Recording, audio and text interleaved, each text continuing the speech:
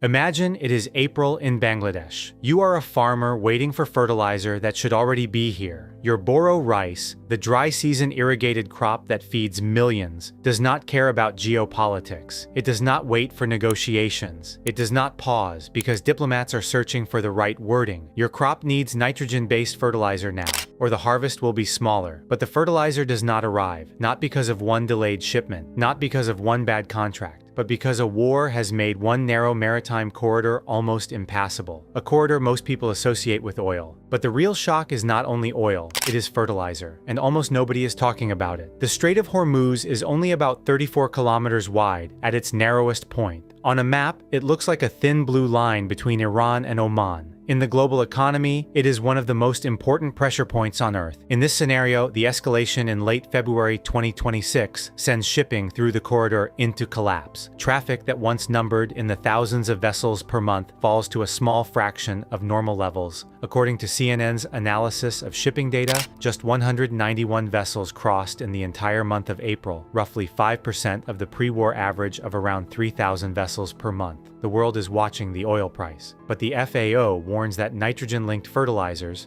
especially ammonia, urea, and sulfur used in fertilizer production, also move through this corridor in large volumes. Up to 30% of internationally traded fertilizers transit this corridor, according to the FAO. Carnegie puts the seaborne fertilizer share at roughly 1/3 of internationally traded supply.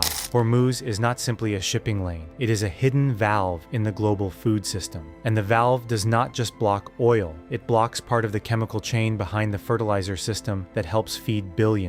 Here is why. Fertilizer is often treated like a simple input, a price line, a bag in a warehouse. But nitrogen fertilizer is one of the foundations of modern civilization. Some estimates suggest that synthetic nitrogen fertilizer supports food production for roughly half of the world's population. The process behind it is the Haber-Bosch reaction. Natural gas produces hydrogen. That hydrogen reacts with atmospheric nitrogen under high pressure to form ammonia. From ammonia, producers make urea, ammonium nitrate, and other nitrogen compounds. These white granules are, in a very real sense, stored energy transformed into food production. The bottleneck is not just shipping, it is production. Fertilizer depends on gas, and gas depends on the same disrupted energy system. First, finished fertilizer cannot leave Gulf ports. Second, factories outside the Gulf face higher feedstock costs because their own gas supply is also under pressure. As Carnegie reported, Egypt's fertilizer sector has faced pressure from disrupted regional gas flows, forcing producers to rely more heavily on expensive LNG markets. Carnegie also reported that fertilizer firms in India, Bangladesh, and Pakistan were forced to shut down production after losing access to natural gas supplies from Qatar. It is not just a shortage of bags, it is a disruption of the entire chemical chain behind the bags. The first signals appeared quickly. According to the FAO Chief Economist briefing of March 26, 2026, Middle East granular urea prices jumped 19% in the first week of March alone. Egyptian urea, a global benchmark,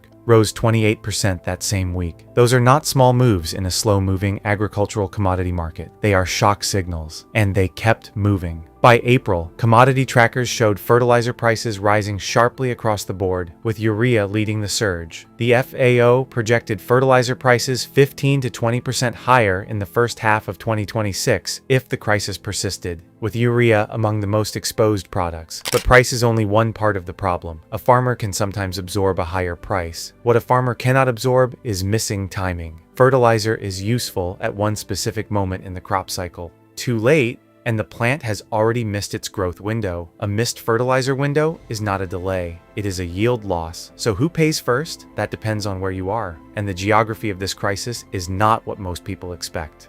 This crisis is global, but it is not equal. Bangladesh is one of the clearest cases. The disruption overlaps directly with the boro rice season, one of the country's most important harvests, dependent on timely nitrogen application during a narrow growth window. The FAO specifically named Bangladesh among the countries at highest risk, alongside Sri Lanka, Egypt, Somalia, Kenya, Tanzania, and Mozambique. India is a different kind of exposure. The country approaches its Kharif planting cycle with fertilizer production under pressure. Carnegie reported that fertilizer firms in India were forced to shut down production after losing access to natural gas supplies from Qatar. a dependency that becomes an enormous logistical problem in a country of more than 1.4 billion people. Brazil illustrates a third vulnerability, not food scarcity at home, but global price transmission. As one of the world's major soybean exporters, any sustained rise in fertilizer costs moves through soybean, maize, and meat supply chains, affecting food prices far beyond Brazil's borders. The United States is better insulated. Carnegie confirms it produces roughly 3/4 of the fertilizer it consumes domestically. But even there, urea import prices at New Orleans rose more than 25% since the end of February, according to Carnegie's March 2026 report. This crisis does not hit everyone the same way, but it touches everyone through price. Here is the structural failure almost no one discusses. The world learned decades ago that oil supply can be weaponized, so rich countries built strategic petroleum reserves. The G7 can release oil.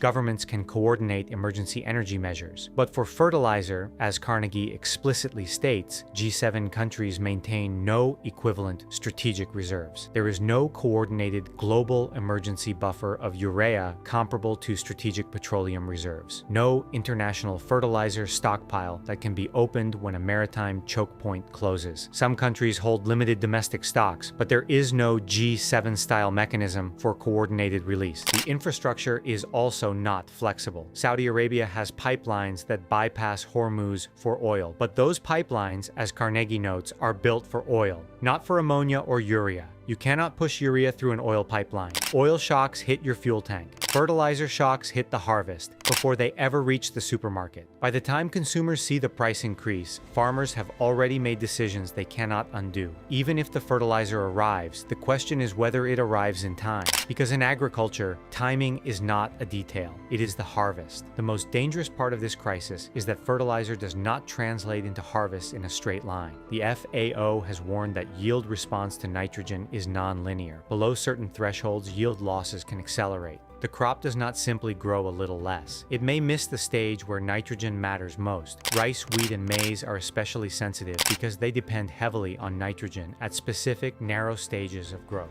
This is how a fertilizer shock becomes a food shock. Prices rise, farmers reduce application, yields fall, grain markets tighten, food prices rise, import-dependent countries pay more. Households that already spend most of their income on food are forced to eat less or skip meals. The crisis moves slowly enough that most people miss the early warning signs, but it moves fast enough that by the time harvest numbers come in, the damage is already locked in. Even if the corridor reopens in May, some fertilizer windows in Bangladesh may already be closing. Some damage cannot be reversed by a late shipment. There are theoretical exits from this crisis. UN officials have discussed mechanisms for safe passage of fertilizers and related raw materials through the corridor for humanitarian purposes. Oman is positioned as a potential intermediary, but the problem is politically constrained. Any easing of passage requires political signals that the parties involved have so far been unwilling to send publicly. Policy analysts have described the gap between operational readiness and political will as the central obstacle.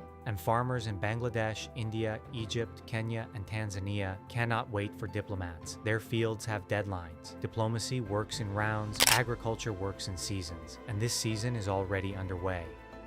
The risk threshold is clear. A disruption of up to 1 month would be painful, but likely contained. Global food stocks are currently sufficient, and markets could stabilize within roughly 3 months. 3 months or longer, and the consequences become qualitatively different. Planting decisions change. Farmers use less fertilizer. Governments restrict exports. Importers overbuy out of fear. Food companies raise prices before shortages even appear. The World Food Program has warned that if the conflict does not end by mid-2026 and oil prices remain above $100 per barrel, the number of people experiencing acute food insecurity could rise by 45 million. To a record 363 million worldwide. That threshold is not abstract. It is a season away, and that season has already started. The decisions are being made right now, not in Washington or Geneva, in fields. So what happens if the corridor does not reopen in time? Ships wait, factories slow, fertilizer arrives late, farmers apply less, yields fall, and only months later does the world call it a food crisis. But by then, the crisis has already happened. It happened when the fertilizer did not reach the field. It happened when the planting decision was changed. It happened when a farmer in Bangladesh looked at the price and chose which part of the field to leave unfertilized. 45 million,